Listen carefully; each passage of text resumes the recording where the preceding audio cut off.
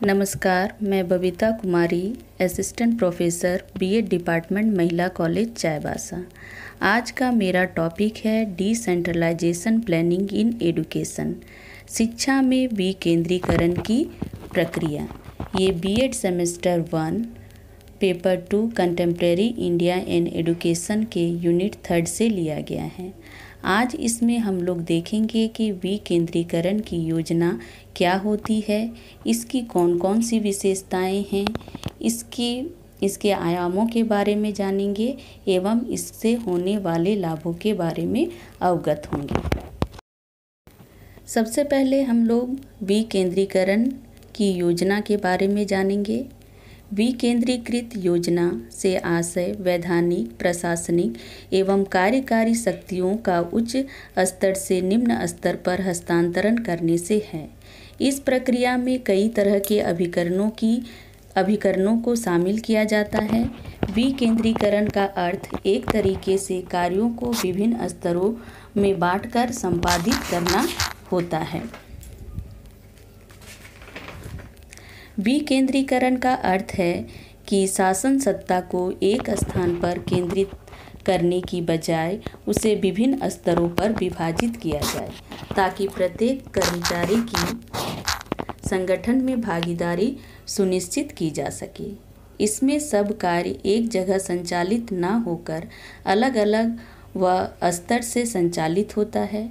उनसे संबंधित निर्णय उसी स्तर पर लिए जाते हैं तथा उनसे जुड़ी समस्याओं का समाधान भी उसी स्तर पर होता है। अब नेक्स्ट हम लोग इसकी परिभाषाओं को देखेंगे। सबसे पहली परिभाषा जो है हमारी, वो है हेनरी फ्योल के द्वारा दी गई।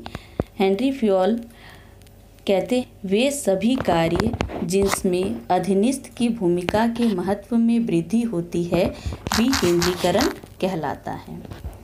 मैसी के शब्दों में अगर हम देखें तो विकेंद्रीकरण संगठन अवधारणा के रूप में निर्णयन की क्रिया को संगठन करने के निम्नतर स्तर तक ले जाने के कार्य को कहा जाता है। सामान्य भाषा में विकेंद्रीकरण उत्तरदायित्वों के संदर्भ में लोगों को अधिकार प्रदान, कार्य प्रदान किए जाने से संबंधित होता है। निष्कर्ष यही निकलता है कि कार्य एक जगह से संपादित नहीं होके उसको अलग अलग विभिन्न रूपों में बांट दिया जाता है और इसमें सभी की जिम्मेदारी होती है और सभी अपनी जिम्मेदारियों का वहन करके कार्य को सफल बनाते हैं। अब हम लोग देखेंगे कि विकेंद्रीकरण के आयाम कौन कौन से हैं।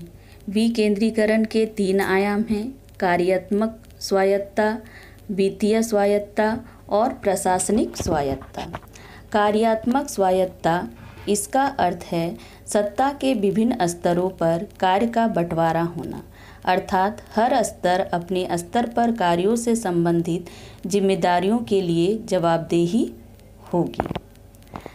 सेकंड है हमारा वित्तीय स्वायत्तता। इसके अंतर्गत हर स्तर की इकाई को उपलब्ध संसाधनों को आवश्यकता अनुसार खर्च करने व अपने संसाधन स्वयं जुटाने का अधिकार होता है। तीसरा है हमारा प्रशासनिक स्वायत्तता। इसका अर्थ है हर स्तर पर आवश्यक प्रशासनिक व्यवस्था हो तथा इनसे जुड़े अधिकारी या कर्मचारी जनप्रतिनिधियों के प्रति जवाबदेह हो। अब हम लोग देखेंगे कि विकेंद्रीकरण के आयाम कौन कौन से हैं। विकेंद्रीकरण के 3 आयाम हैं: कार्यात्मक स्वायत्तता, वित्तीय स्वायत्तता और प्रशासनिक स्वायत्तता।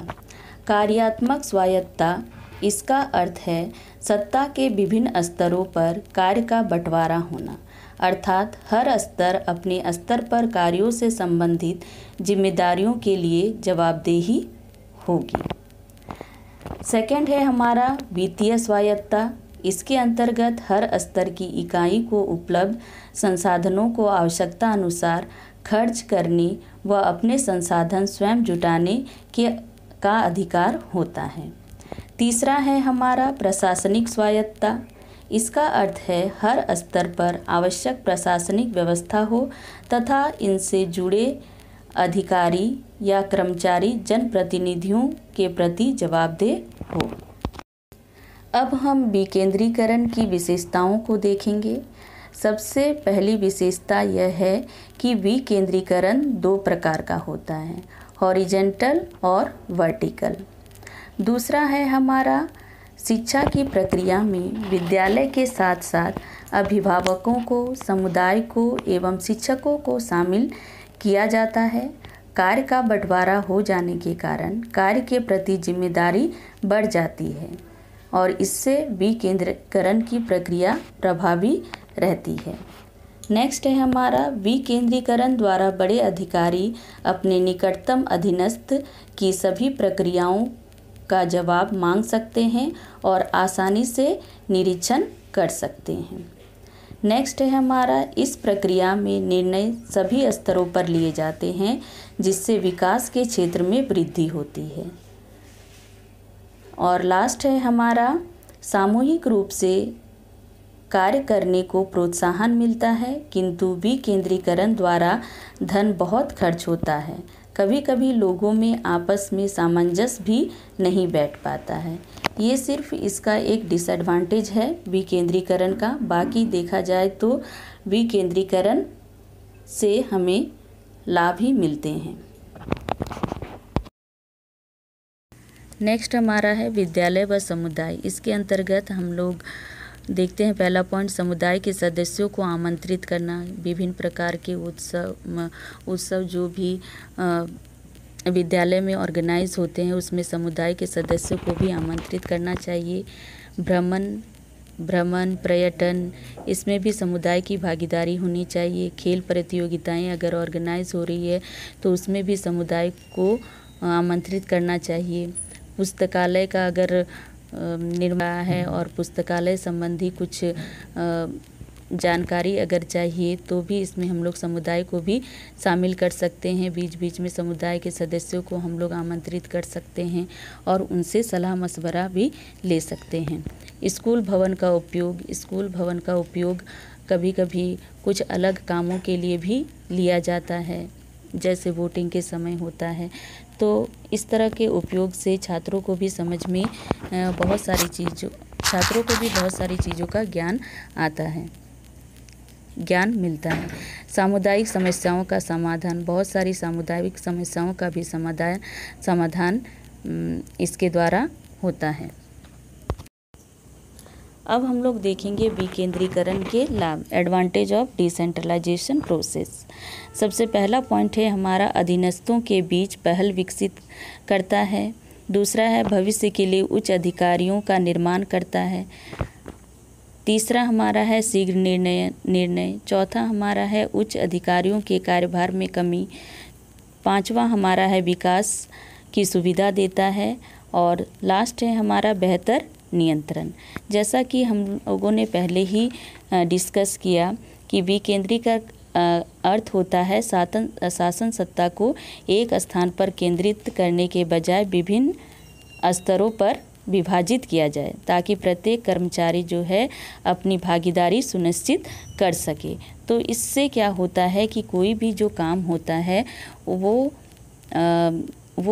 अगर कोई अच्छा काम करता है तो वह भविष्य के लिए उच्च अधिकारियों का भी निर्माण करती है। काम शीघ्र होता है क्योंकि इसमें शीघ्र निर्णय लिया जाता है। एक काम एक जगह पे नहीं होके अलग अलग अधिकारियों में बांट दी जाती है, तो इसके कारण से कार्यभार में भी कमी आती है। विकास अच्छा होता है और बेहतर नियंत्रण भी होता है। तो इस प्रकार हम लोग देखते हैं कि विकेंद्रीकरण का शिक्षा में बहुत महत्व होता है और इससे एक जगह सब कार्य संचालित नहीं होके अलग अलग तरह से संचालित होती है, अलग अलग स्तर से संचालित होती है। और कोई भी अगर महत्वपूर्ण निर्णय लेना होता है, चाहे कोई भी समस्या का समाधान करना होता है, तो उसी स्तर पर वो चीज़ का समाधान हो जाता है। धन्यवाद।